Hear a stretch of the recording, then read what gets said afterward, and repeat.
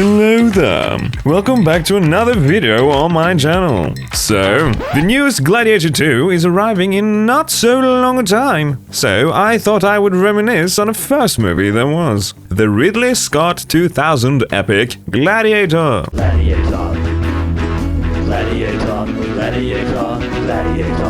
Gladiator, the cinematic swords and sandals wet dream of my dreams, is a movie that came out in the year 2000 AD, ABC? Where was I?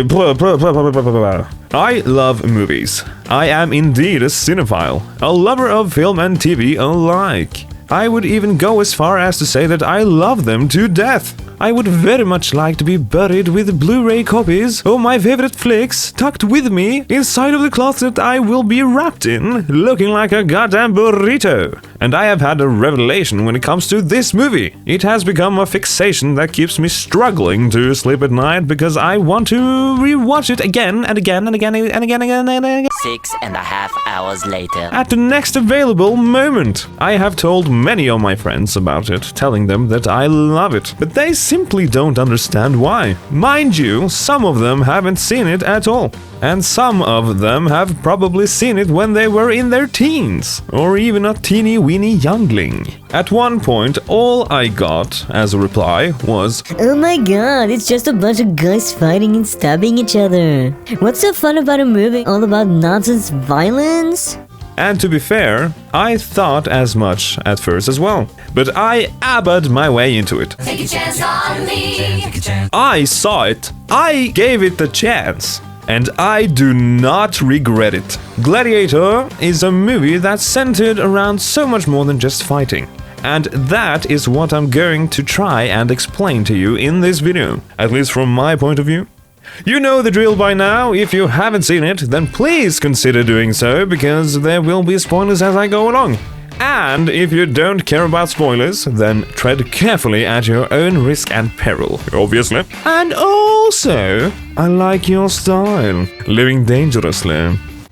I also like to live dangerously. Spoiler alert for a 24-year-old movie. This really shouldn't be necessary, but I do it for you guys, those that remain yet to have seen it.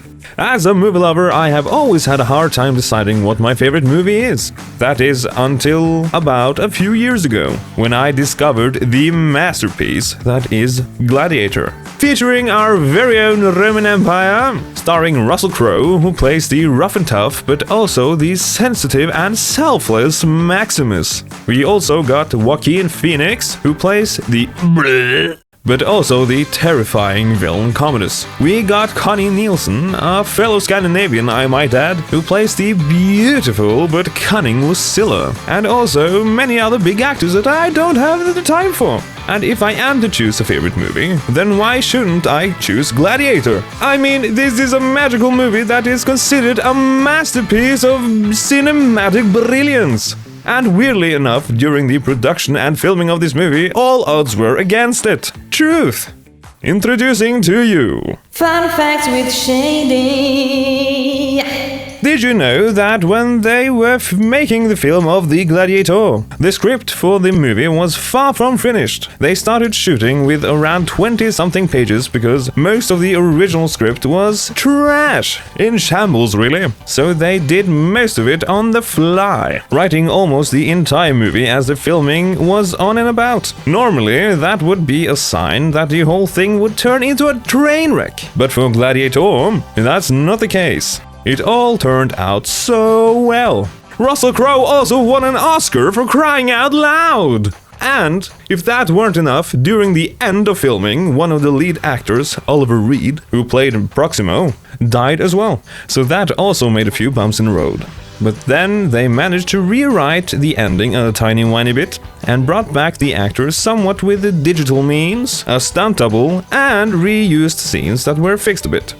All of this because they all thought that Oliver Reed was so good in a role.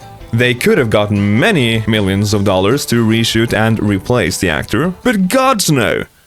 Gladiator is a movie about a man that bears the manliest of names, possibly in the whole existence, Maximus Decimus Meridius. Oh, that flies off the tongue so neatly. Ooh. He is a Roman general so full of testosterone that I get jelly of the strength of his belly. A little rhyme there. You're welcome. What I mean to say is that Maximus is a man that inspires so many people in the world of the movie, such as the old emperor Marcus Aurelius, the failed father figure to his own children, but chooses to take better care of his favorite soldier instead. Maximus also inspires the soldiers that fight under his command, the people of Rome that thinks that he's Hercules reborn, and the savior of Rome, and even the ladies. Or at least one or two. And most importantly, you know a man is a great man when a dog, the goodest boy or girl, follows him into the heart of the battle. To continue with my point, Maximus is a respected man. He is charming, he is loyal, and he is incredibly honest. Believe it or not, he is also a peaceful man. He says at the start of the movie that he wants to go home to his family, to harvest his crops, and that dirt washes off easier than blood. So he doesn't want to fight anymore. He wants to stay at home and smear gooey stuff on his wifey's feet instead. You know, unless he's sold into slavery and all, bought in the slave market by an old guy that's hungry for money and forces him to become a gladiator. And then tries to kill the man that so desperately wants to call him brother, but is also super toxic to his family and friends.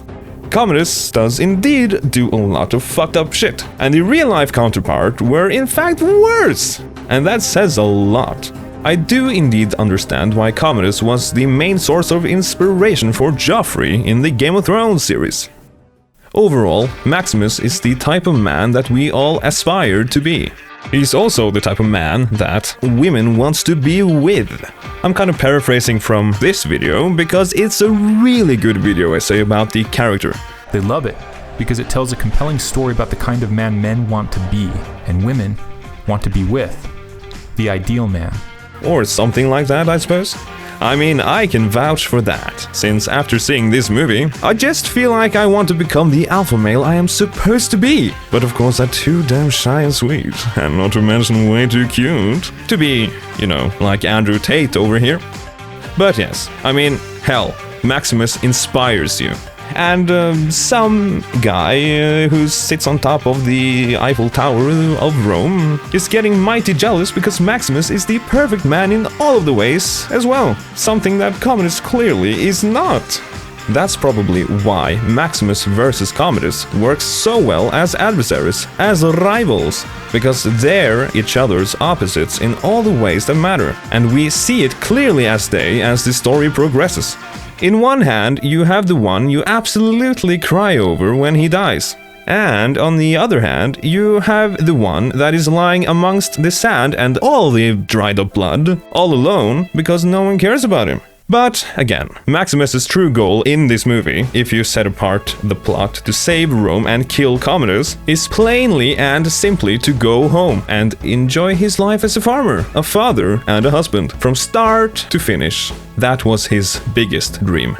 And in the end of the movie, it is indeed a sad and melancholic vibe to be felt for certain. But that aside, what else happens? He dies after accomplishing his goals.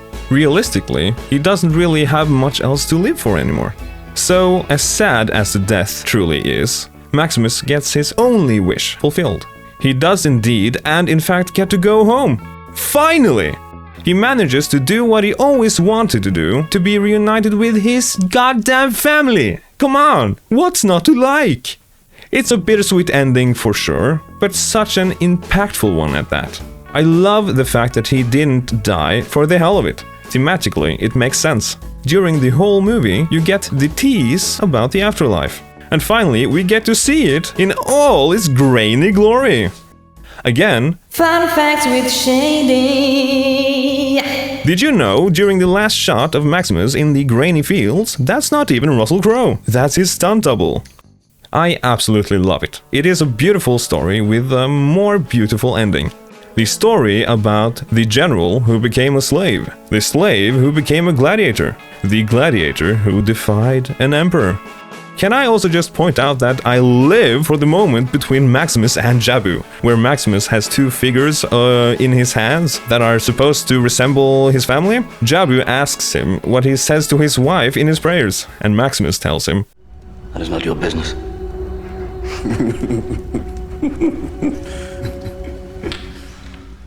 and he does so with the biggest of smirks. That's such a bro moment. Oh, I just love that Jabu's small part in the movie is to have Maximus's back whenever he needed it, and to finally say goodbye where they both became free men at last. But this is only my interpretation of the movie. If some of you have some thoughts about my take on it, or if you found something else in the movie that pleases you, then please write those in the comments down below if you wish or dare. Fare thee well for now.